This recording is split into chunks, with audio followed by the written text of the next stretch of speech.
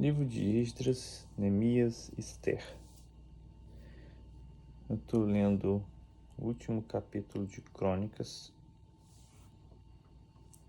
Segunda Crônicas, capítulo 36, versículo 21 de Segunda Crônicas 36, diz assim: o país ficará em ruínas 70 anos, e durante todo esse tempo a terra vai guardar os seus sábados e descansar. Essa foi a palavra do profeta Jeremias, que foi relembrada em Crônicas. Quando o profeta falou, o povo não acreditou, e em Crônicas está registrado que aconteceu exatamente o que Jeremias falou. Exatamente o que Jeremias falou. O povo vai ficar em ruínas 70 anos, vai ser escravo, porque virou as costas para Deus. E aí o livro de Crônicas, para não terminar de uma forma trágica, uma forma caótica, porque é um livro sagrado, é um livro que está registrado na Bíblia, um livro de Deus, do povo de Deus. Aí ele termina assim, no versículo 22, ele fala assim: no primeiro ano do reinado de Ciro, rei da Pérsia, cumpriu-se o que o Senhor tinha dito pelo profeta Jeremias. Também o profeta Jeremias falando aqui, ó. Estão relembrando que o Jeremias falou, o profeta. O Senhor tocou no coração de Ciro, e esse ordenou que fosse comunicado em todo o reino por escrito e também por meio de leitura em público este decreto. Eu, Ciro, rei da Pérsia, declaro o seguinte: o Senhor, o Deus do céu, me fez governador do mundo inteiro e me encarregou de construir para ele um templo em Jerusalém, na região de Judá. Eu ordeno que todos vocês que são do seu povo vão a Jerusalém e peço que Deus esteja com vocês. E aí vem o livro de Esdras, e aí vem a reconstrução do templo. Parece assim, para não terminar de uma forma trágica, é o livro do povo de Deus, as crônicas do povo de Deus, vamos terminar de uma forma bonita, né? Vamos colocar aqui que o rei Ciro mandou o povo voltar, mas só para terminar mesmo o livro das crônicas, só os 3 últimos versículos ali, os 2 últimos aqui, o 22 e o 23, só os 2 últimos versículos do livro de Crônicas, capítulo 36. Aí eu fico pensando, Esdras, Neemias, Ester são muito antes de Cristo, tá? Ou seja, mais de 2.000 anos atrás. Muito mais de 2.000 anos atrás. O livro, mas é também pós-dilúvio, pós-Abraão, pós-Moisés, já é pós-Egito.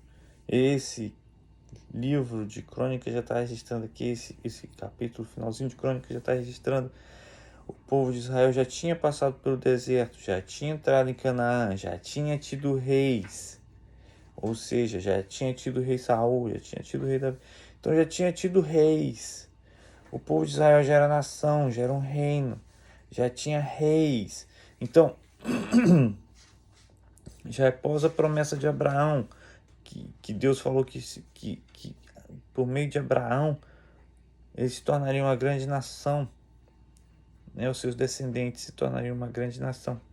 Já é pós Abraão. Aqui o livro de Crônicas está registrando o que já aconteceu depois de Abraão, muitos anos depois, e que veio os profetas falando, ó, se voltem para Deus. Aí ele registra aqui Jeremias, volta para Deus, porque se Deus escolheu vocês para ser o povo exclusivo dele, então volta para ele.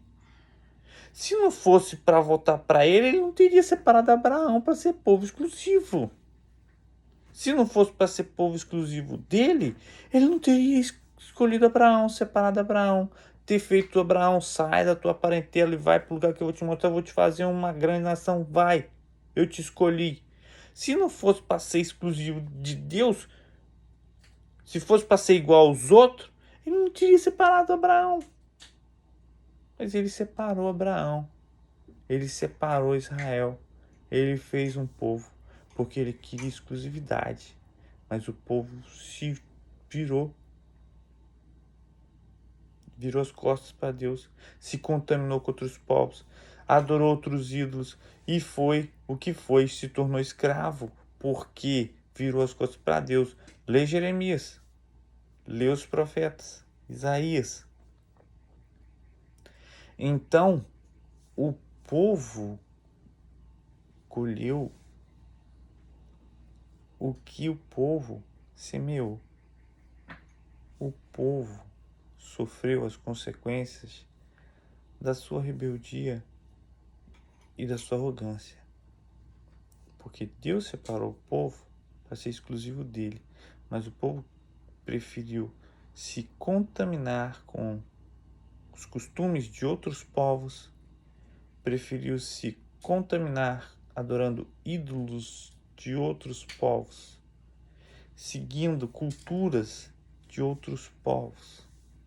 E se Deus separou você para ser exclusivo, seja exclusivo, porque aí você só vai colher bênção. Se Deus não tivesse prometido, Deus prometeu a Noé, eu não vou mais destruir a humanidade com água, como eu fiz com você agora. Não vou mais destruir a humanidade com água. Pois bem, eu vou então, ao invés de punir a humanidade por estar afastada, longe de mim, eu vou abençoar Abraão, eu vou abençoar a humanidade por meio de Abraão, aqueles que se aproximarem de mim. Eu não vou mais punir os que se afastarem, eu vou abençoar os que se aproximarem. Então foi mais ou menos essa aliança que Deus fez com Abraão. No meu ponto de vista, na minha limitação, Deus puniu a humanidade em Noé, porque a humanidade estava cruel, estava afastada de Deus. A humanidade no tempo de Noé. Mas Deus resolveu abençoar a humanidade por intermédio de Abraão, aqueles que se aproximassem dele. Só que aí é claro que o povo continua sendo humano, e o ser humano, ele é uma bênção. Ele segue seus próprios desejos, ele segue seus próprios desígnios, seus próprios planos. E aí quando o homem se entrega para suas próprias paixões e concupiscências, Deus fala assim, ok, você quer seguir o seu caminho? Vai, segue seu caminho. E aí o homem se rebenta, o homem se frustra, se decepciona e só, se rebenta. As consequências do homem que se afasta de Deus, o homem, quanto mais ele se afasta de Deus, mais cruel ele se torna. Quando você vê crimes de atrocidade, crime que choca, é um homem sem Deus. Esses crimes violentos que você vê, caramba, como o cara foi capaz de fazer uma atrocidade dessa, é a falta de Deus. Quanto mais o homem se afasta de Deus, mais atroz ele se torna, mais cruel ele se torna. Então, quanto mais ele se aproxima de Deus, mais amável é a tendência dele se tornar, porque Deus é amor. Aí Deus diz assim em João, como você pode dizer que ama a Deus se você não ama o seu próximo, que você vê? Se você vê o seu próximo e não consegue amar ele, como você vai conseguir amar a Deus que você não vê? Então Deus, ele é amor, ele ensina a amar o próximo. Então, quanto mais próximo de Deus, quanto mais próximo do seu próximo você está, mais próximo de Deus você está. Quanto mais amor você demonstra, mais de Deus você tem em si. Então, essa é a relação. Quanto mais afastado de Deus, mais cruel, e quanto mais próximo, mais amável. Então Deus, ele fez essa aliança com Abraão para ser exclusivo. Mas o povo resolve se rebelar. E aí quando se rebela, vem lá o rei da Pérsia, vem lá o rei da Babilônia, vem lá o rei do Egito, vem lá. Deus usa os povos inimigos para forjar o povo de Israel. Porque o pai disciplina o filho que ama. Essa é não pode dizer filosofia de Deus, porque essa é a forma de Deus tratar os seus filhos. Assim como o ferreiro, ele esquenta o ferro e ele marreta o ferro para formar uma espada, assim como o oleiro, ele quebra o barro, ele molda o barro, ele amassa o barro, assim é o povo de Deus na mão do oleiro, na mão do ferreiro. E Deus vai com fogo, com prensa, forjando o povo do jeito que ele quer que seja.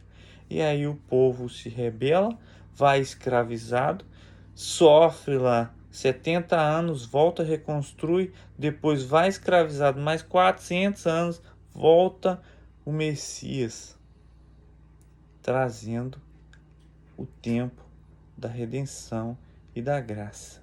E aí vem Jesus. Mas Jesus, ele não vem como o povo esperava.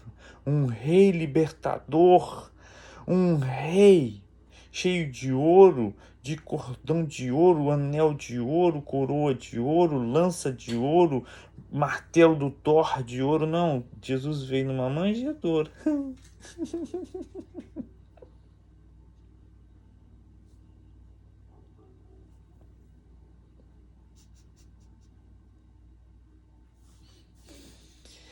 Ai, meu Deus.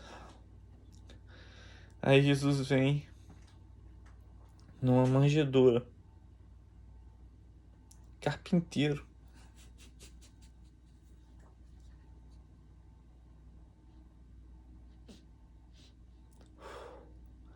Contradizendo toda expectativa humana. E aí ele vem trazer arrependimento, salvação por meio da graça. E aí os profetas vêm, importa que ele cresça e eu diminua. O último será o primeiro, aquele que quer ser o maior será o menor. Sejam como as crianças, porque delas vem o Rei dos Céus. E aí vem Jesus ensinando que as prostitutas que são importantes, os pescadores buscando os seus discípulos lá na praia, os pescadores. Ele não pegou os homens engravatados, bonitos que estavam lá na... Meu Deus. E aí contradiz toda a expectativa dos fariseus que estavam lá se preparando, esperando. Os fariseus estavam lá tudo com as suas ornamentados, tudo lindo, cheiroso, maravilhoso. Os fariseus estavam lá esperando o prometido de Deus. E aí chega Jesus daquele jeito e esse jeito ainda não. Esse não. Esse não. Esse não. Esse não. Aí Jesus, mas sou eu, olha só. Eu curo. Eu liberto. Não, você liberta, mas você liberta pelo demônio. Você tem demônio. Você liberta pelo demônio. Não, você faz essas obras aí pro Zebu. E aí Jesus diz, não, é meu pai, é Deus, sou eu, o filho de Deus. Não, você tá blasfemando, você não é o filho, você é o filho do demônio. Você faz isso, aí Jesus diz, se o reino se dividir, se subdividir, como pode um reino subsistir? Não vai se dividir. Se eu expulso pro Beelzebul, como pode? Uma casa não subsistirá se ela se dividir contra ela mesma. E ele explica para os homens. Ele diz: não é o sábado que é importante. São as pessoas que são mais importantes. O amor é mais importante. E aí ele vem, ensina o povo, mas o povo não quer ouvir. O povo não se submete. Deixa o like aí. Ah, uma arrupiadinha. Ei, glória! O Evangelho de Cristo é loucura para aquele que crê, mas é o poder de Deus. Recebe essa palavra aí.